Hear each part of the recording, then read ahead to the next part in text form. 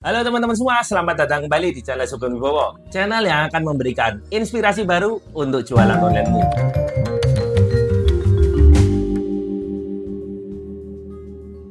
Nah, pada video kali ini saya akan bahas satu tema yang sering jadi pertanyaan untuk para seller online dan mungkin saat ini pun menjadi pertanyaan bagi Anda semua yang baru memulai berjualan online. Yaitu ada pertanyaan, apakah toko baru dapat beriklan di Shopee? Dan kemudian kalau beriklan apakah pasti boncos? Kita akan jawab semuanya melalui video berikut ini. Ayo kita mulai. Nah, kita akan mulai dari pertanyaan yang pertama, yaitu apakah toko baru dapat beriklan di Shopee? Ketika teman-teman membuka toko di Shopee dan kemudian sudah upload produk, teman-teman dapat mengiklankan produk tersebut melalui fitur iklan Shopee. Jadi sebenarnya Shopee tidak membatasi produk-produk yang bisa diiklankan itu harus produk lama, harus produk yang sudah terjual banyak, tidak. Produk baru pun bisa diiklankan di Shopee. Nah, kemudian nanti pertanyaannya apakah iklannya itu jalannya akan ngasal? Apakah pasti boncos kalau produk baru diiklankan? Jawabannya adalah belum tentu. Kenapa belum tentu? Karena banyak faktor yang mempengaruhi. Nah, di sini ketika kita mengiklankan produk baru di Shopee, sebenarnya Shopee itu menjalankan iklan kita tidak dengan asal-asalan. Shopee memiliki basis data yang sesuai dengan produk kita atau mirip dengan produk kita. Contoh nih ya, Anda mulai berjualan online dan kemudian Anda menjual produk jilbab. Nah, ketika Anda upload produk jilbab, di sanalah Shopee akan menjalankan iklannya sesuai dengan data produk jilbab yang dimiliki oleh Shopee atau produk-produk yang mirip dengan jilbab. Mungkin dengan kata kunci kerudung, mungkin dengan kata kunci pasmina yang berhubungan dengan itu dan diambilkan dari berbagai toko yang ada di Shopee.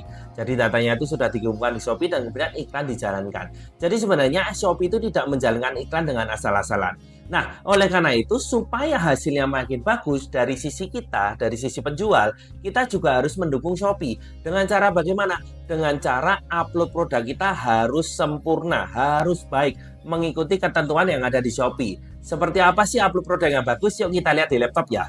Nah, seperti yang dilihat di layar laptop ini ya teman-teman ya. Ini adalah ketika teman-teman memulai upload produk baru di Shopee. Di sini ada foto, ada video, ada judul, kemudian di sini ada kategori, ada deskripsi. Sebenarnya ini semua adalah poin-poin yang Shopee butuhkan untuk mengenali produk kita. Sehingga ketika kita mengisinya ini dengan benar, dengan komplit, dengan baik, dengan menarik, sistem itu akan lebih cepat mengenali produk kita dan dia akan tahu produk kita itu bagusnya ditujukan ke siapa. Ini pun berlaku nanti kalau iklan. Tidak iklan pun sistem akan menjalankan seperti itu. Jadi Shopee tidak akan asal menjalankan produk kita ke orang-orang yang tidak sesuai dengan target market kita. Kalau Anda jualan jilbab, sangat tidak mungkin produk itu akan muncul ke orang-orang yang tidak pernah mencari jilbab. Ya, dia carinya mungkin produk-produk yang benar-benar jauh dari jilbab, mungkin makanan dia tidak akan muncul. Tapi kalau ada yang mirip-mirip, ya mungkin dia pernah cari pasmina, dia pernah cari produk-produk Islami yang lain, mungkin akan muncul di sana. Jadi yang dijalankan oleh Shopee itu bukanlah asal-asalan. Nah, kita bisa lihat di sini, poin pentingnya adalah yang pertama teman-teman, judulnya harus benar-benar disukai oleh sistem. Saya pernah bahas di video saya sebelum-sebelumnya bagaimana mencari judul, karena sampai saat ini pun judul produk itu tetap traffic organik yang paling kuat. Traffic yang paling dinantikan oleh sistem Shopee di mana dia memakai judul ini sebagai panduan untuk menjalankan produkmu. Produkmu itu mau diarahkan ke siapa? Kurang lebih seperti itu. Jadi teman-teman, yuk isi judul produknya dengan kata kunci yang kuat, dengan kata kunci yang benar-benar relevan, yang berhubungan dengan produk yang Anda jual. Kemudian poin penting selanjutnya adalah kategori, teman-teman. Nah, di sini kategori teman-teman bisa lihat ada banyak sekali kategori, bahkan sampai kategori turunan. Makin lama di sini kategorinya tuh makin spesifik. Di sini Shopee itu makin pengen lebih dalam, lebih spesifik lagi mengincar target marketnya. Jadi kemungkinan terjualnya itu makin bagus. Kalau dulu mungkin teman-teman lihat kategorinya mungkin hanya 2 baris, sekarang bahkan ada yang bisa sampai baris keempat. Ya, makin spesifik. Nah, kategori ini digunakan sistem untuk juga nanti menjalankan iklanmu, menjalankan iklan produk barumu. Ada juga di sini deskripsi dan kemudian nanti spesifikasi. Saya tidak akan bahas di sini. Teman-teman bisa isi semua karena makin detail, makin sistem tahu produk Anda itu bagusnya diarahkan ke siapa dan produkmu ini apa. Karena sistem ini sebenarnya kan nggak kenal. Yang tahu produk kita kan kita sendiri. Makanya kita harus mempermudah sistem untuk memperkenalkan produk kita. Jangan lupa foto video itu juga penting karena sistem akan tahu juga foto yang disukai oleh konsumen seperti apa dari nanti tingkat ketika produkmu ditampilkan, tingkat kliknya seberapa banyak. Nah, jadi di sini kalau teman-teman mau beriklan di Shopee untuk toko baru, produk baru, pastikan uploadnya bagus dulu. Jadi Anda ini sudah siap, ya. Kalau sudah siap, boleh diiklankan. Nah, kemudian yang kedua, apakah kalau iklan ini pasti selalu boncos? Belum tentu, karena sebenarnya tergantung dari kekuatan produkmu sendiri. Ketika Anda mengupload produk yang bagus, yang menarik, ada kemungkinan konsumen bisa langsung beli. Nah, tapi ada faktor-faktor yang memang tidak bisa kita kontrol, yaitu adalah kepercayaan konsumen terhadap produk kita. Jadi kalau produkmu baru, belum ada rating, belum ada review, belum ada ulasan, mungkin beberapa konsumen atau banyak konsumen akan takut.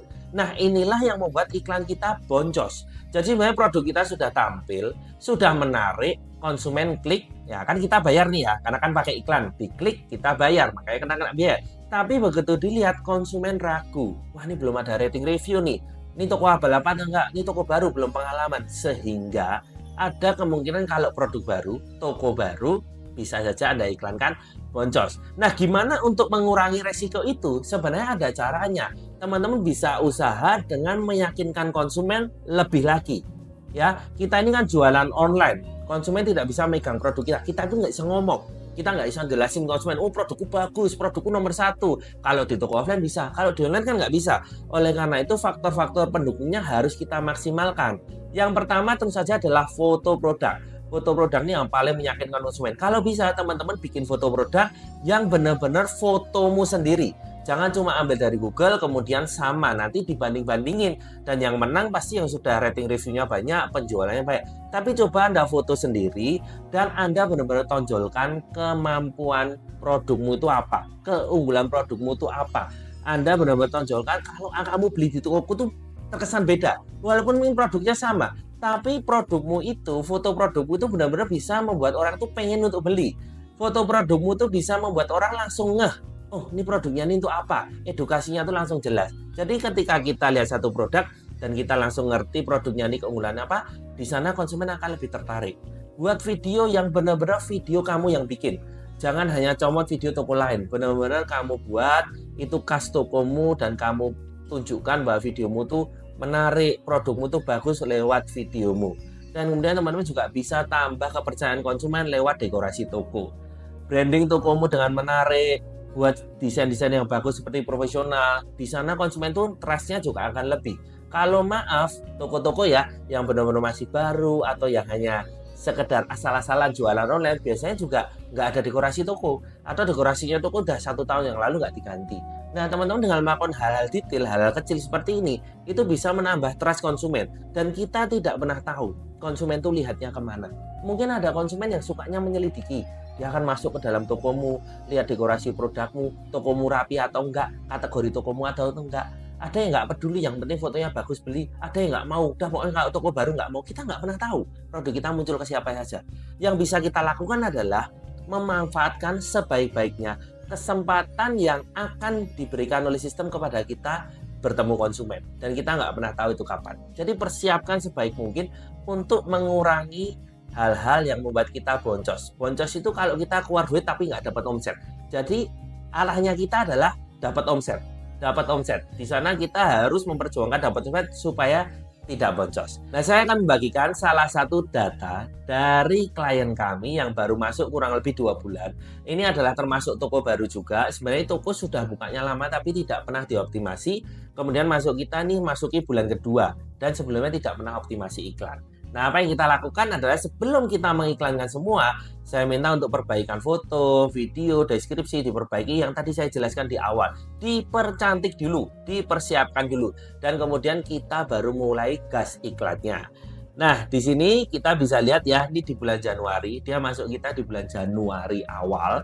Kita bisa lihat di bulan Januari omsetnya naik banyak sekali. Pengunjungnya pun juga naik karena sebelumnya toko ini hanyalah didiamkan aja, ya sudah upload saja, ada produk baru kadang nggak diupload, jadi tokonya ini didiamkan saja. Padahal ini dia di offline sudah cukup kuat. Jadi terkadang sayang juga kalau teman-teman punya toko offline tapi online-nya belum dimaksimalkan. Nah, kita bisa lihat di sini omsetnya naik, pesanannya naik, total pengunjungnya pun naik. Nah, kemudian yang menarik adalah di bulan kedua. naiknya makin banyak, teman-teman ya. Ketika kita optimasi iklannya, kita bisa lihat omsetnya naik hampir 100%. Ini sekarang saya buat video tanggal 21, masih ada 7 hari sampai di bulan Februari. Saya yakin nanti Lebaran akan naik lebih banyak lagi ya. Dan kemudian pengunjungnya pun di sini naiknya hampir 100%. Nah, yang tadi saya bilang, kalau kita nih iklan, kita ini memperbesar peluang kita untuk dilihat oleh lebih banyak orang, mendatangkan pengunjung ke toko kita. Jadi kalau pengunjungnya banyak, di sanalah peluang omset kita naik.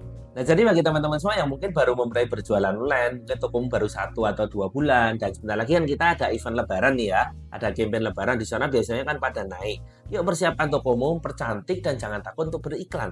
Tapi tentunya teman-teman beriklan dengan persiapan. Dan nantinya kita pun kalau masuk lebih dalam lagi setelah semuanya siap, ada yang namanya teknis beriklan. Saya akan bahas di video selanjutnya ya. Tapi teman-teman di sini pastikan teman-teman percantik dulu, persiapan dulu, dan kemudian teman-teman kalau jalankan iklan di sana peluang untuk dapat omset jauh lebih besar.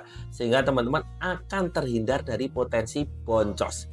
Mungkin teman-teman kalau nanti beriklan bisa saja boncos di awal, tapi yang penting ada progresnya teman-teman. Kalau semakin baik jangan takut karena semua butuh proses. Untuk membangun toko itu butuh proses. Jadi di sini saya dorong teman-teman semua, yuk cek lagi tokomu karena sebentar lagi event Lebaran, baik tokomu yang sudah lama maupun ada yang masih pemain baru, jangan berkecil hati, masih ada kesempatan kalau kita mau melakukan lebih, kita melakukan extra mile dibandingkan toko-toko yang lain. Karena di sanalah peluang akan bisa kita dapatkan. Oke teman-teman, terima kasih sudah menyaksikan video ini. Sampai jumpa di video selanjutnya. Dadah!